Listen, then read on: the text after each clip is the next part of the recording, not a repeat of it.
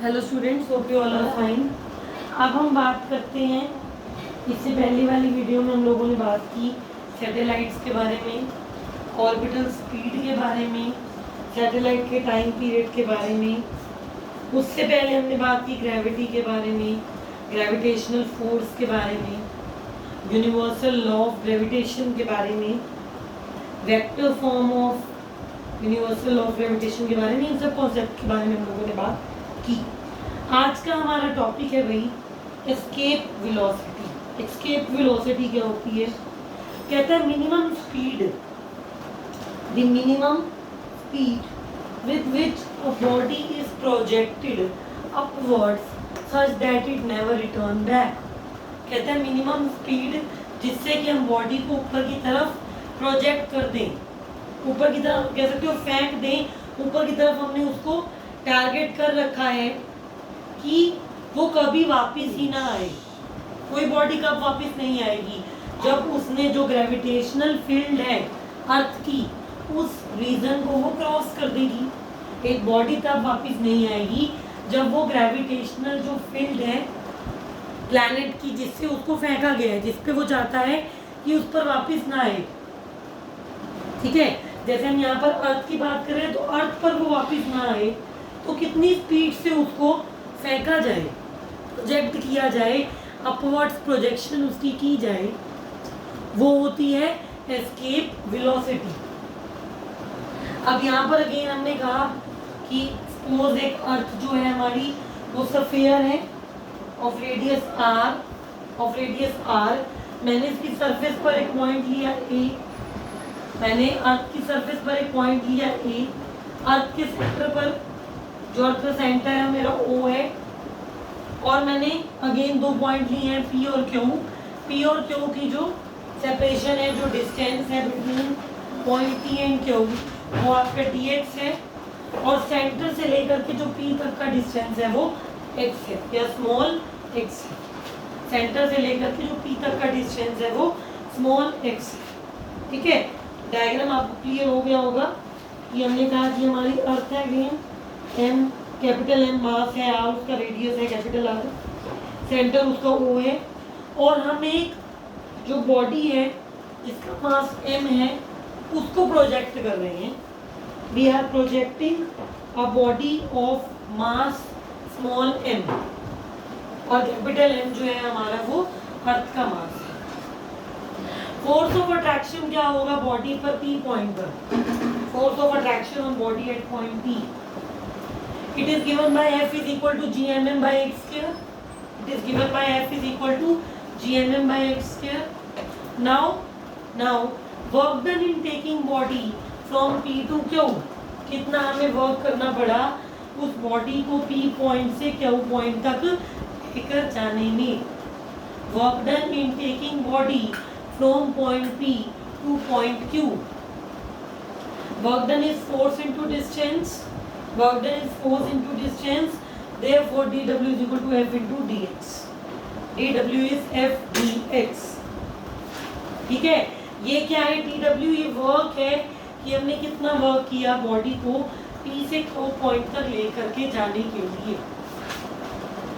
Amount of work done in taking body from point P to point Q, that is dW, and is equal to F dx. F का आपका expression क्या था? ये था ना gmm by x square into dx। तो मेरे पास expression किसका आ गया? dw का एक्सप्रेशन आ गया। अगेन dw क्या है कि हमने कितना वर्क किया, amount of work done in taking the body from point P two point Q। P point से Q पॉइंट तक लेकर के जाने में कितना वर्क हमें करना पड़ता है, वो है dw। आगे चलते हैं। नेक्स्ट है हमारा एस्केप वेलोसिटी में जो हमने dW की वैल्यू निकाली। अगर मुझे टोटल वर्क डन निकालना है तो मैं dW वाले एक्सप्रेशन को इंटीग्रेट कर दूंगी from r to infinity. Total work done निकालने के लिए हम लोग जो dW का एक्सप्रेशन है उसको इंटीग्रेट करेंगे फ्रॉम r टू इंफिनिटी। कैसे इंटीग्रेट करोगे? gmm integration from r to infinity 1 by x square dx GMM integration from R to infinity 1/x² dx। GMM integration होता है 1/x² का -1/x, इंटीग्रेशन होता है 1/x² का -1/x, -1/x। और जो लिमिट्स हैं वो है R टू इंफिनिटी, जो लिमिट्स हैं वो है R टू इंफिनिटी। तो जब हमने इसको सॉल्व किया तो हम यहाँ तक अब पहुँच गए हैं, यहाँ तक हम पहुँच गए हैं। इस माइनस साइन को बाहर ले लो, माइनस साइन को बाहर ले लो, ये बन जाएगा -GMM, और लिमिट्स को इम्पोज कर दो, लिमिट्स को पुट कर दो। माइनस साइन बाहर लेने के बाद लिमिट्स को पुट कर दो तो हमारे पास जो वैल्यू बनेगी वो बनेगी 1/∞ माइनस 1/r, 1/∞ माइनस 1/r। अब 1/∞ तो 0 होता है, 1/∞ तो 0 होता है, तो ये बन जाएगा -GMM इंटू -1/r, यानी कि GMM/r, यानी कि GMM/r। अब ये GMM/r है क्या? ये GMM/r है क्या? ये वर्क है, ये टोटल वर्क डन है जो हमने किया, ये टोटल वर्क डन है जो हमने किया एक बॉडी को इनफाइनाइट डिस्टेंस तक या r डिस्टेंस से इंफिनिटी तक लेकर के जाने के लिए। ये वो वर्क डन है जो हमने किया एक बॉडी को r डिस्टेंस से इंफिनिटी पर लेके जाने के लिए। ठीक है, अभी यहाँ पर एस्केप वेलोसिटी का जो एक्सप्रेशन है वो थोड़ा सा और बचा है, अभी बात करते हैं। ठीक है, तो यहाँ से जो फाइनल एक्सप्रेशन निकल गया है वो है W is equal to GMM by में, वो है W is equal to GMM by में R। आगे चलते हैं। नेक्स्ट है हमारा कि जो वर्क डन का फाइनल एक्सप्रेशन है वो है W is equal to GMM by R। अब हमारी जो बॉडी है उसकी काइनेटिक एनर्जी कितनी है भाई? मान लो हमने अभी तक ये चीज तो पढ़ ली कि m उस बॉडी का मास है, जिस बॉडी को हम अपवर्ड्स प्रोजेक्ट कर रहे हैं वो उसका मास है। और अगर VE एस्केप वेलोसिटी है तो if VE is the escape velocity, if VE is the escape velocity तो क्या होगा? आप बॉडी की काइनेटिक एनर्जी को हाफ mv² लिख सकते हो। m मेरा मास ऑफ बॉडी है, v मेरी एस्केप वेलोसिटी है, तो हम बॉडी की काइनेटिक एनर्जी को लिख सकते हैं half mve², half mve²। Now from energy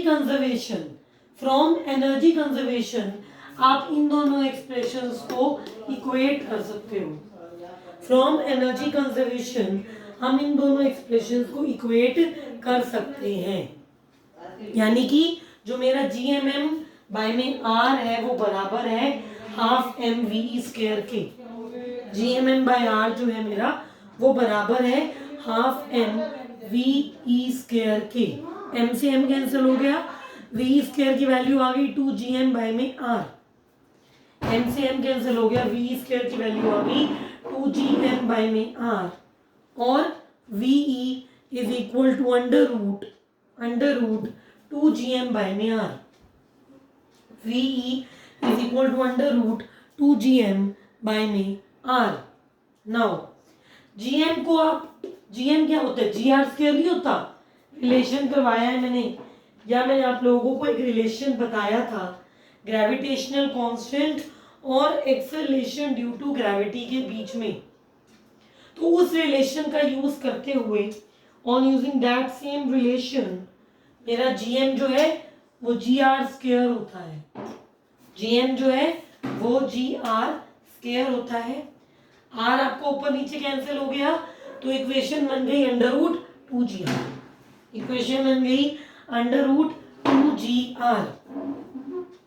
यानी कि मेरी जो एस्केप वेलोसिटी है, मेरी जो एस्केप वेलोसिटी है वो अंडर रूट 2GR के बराबर है। Escape velocity is equal to under root of 2gr। तो ये दो आपके फॉर्मूले बन गए, एस्केप वेलोसिटी, एक ये वाला और एक ये वाला। एग्जाम में किसी भी फॉर्मूले का यूज करके ये जो न्यूमेरिकल है वो किसी भी तरीके से आ सकता है, हो सकता है उस फॉर्मूले का यूज हो सकता है दूसरे का यूज हो, तो पेपर में आराम से अटेम्प्ट करना। आगे चलते हैं। नेक्स्ट इज एक न्यूमेरिकल है, calculate the escape speed, calculate the escape speed on the radius of planet of mass 7.5 into 10 की power 25 gram. Its radius is 1.6 into 10 की power 6 meter.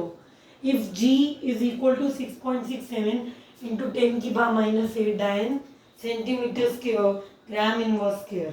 यानी कि क्वेश्चन में आपको ग्रेविटेशनल कांस्टेंट यानी कि कैपिटल जी की वैल्यू गिवन है, रेडियस यानी कि कैपिटल आर की वैल्यू गिवन है, और मास यानी कि जो कैपिटल एम है उसकी वैल्यू भी आपको क्वेश्चन में गिवन है। अब यहाँ पर क्योंकि उसने सीजीएस सिस्टम ही यूज किया है पूरी क्वेश्चन में, तो इसको भी आपने क्या करना है, जो ये रेडियस है उसको भी सीजीएस सिस्टम में यानी कि सेंटीमीटर में कन्वर्ट कर लो। पहले सबसे पहले तो जो आपका रेडियस है उसको तो सबसे पहले आप सेंटीमीटर में कन्वर्ट कर लो, बहुत आसान है, मीटर सेंटीमीटर का रिलेशन तो सबको पता ही होगा। तो उससे क्या होगा, हमारी सब जो टर्म्स हैं पूरा क्वेश्चन जो है वो सीजीएस सिस्टम में चला जाएगा, पूरा क्वेश्चन जो है वो सीजीएस सिस्टम का हो जाएगा, तो वहां से हम सॉल्व कर सकेंगे। अभी मैंने आपको एक एस्केप वेलोसिटी का एक्सप्रेशन जो था वो प्रूफ करवाया था, √2gm/r। अभी मैंने आपको एस्केप वेलोसिटी का एक एक्सप्रेशन प्रूफ करवाया था जो था √2gm/r। 2 का 2 रहा, कैपिटल जी यानी कि ग्रेविटेशनल कांस्टेंट की वैल्यू है 6.67 इंटू 10 की पावर -8, कैपिटल एम यानी कि मास ऑफ प्लैनेट जो है हमारा उसकी वैल्यू है 7.5 इंटू 10 की पावर 25। जो मास है आपका कैपिटल एम है, मास ऑफ प्लैनेट, उसकी वैल्यू है आपकी 7.5 इंटू 10 की पावर 25, और जो रेडियस ऑफ प्लैनेट है जब आप उसकी कन्वर्जन करोगे सेंटीमीटर्स में तो वो बन जाएगा 1.6 इंटू 10 की पावर 8।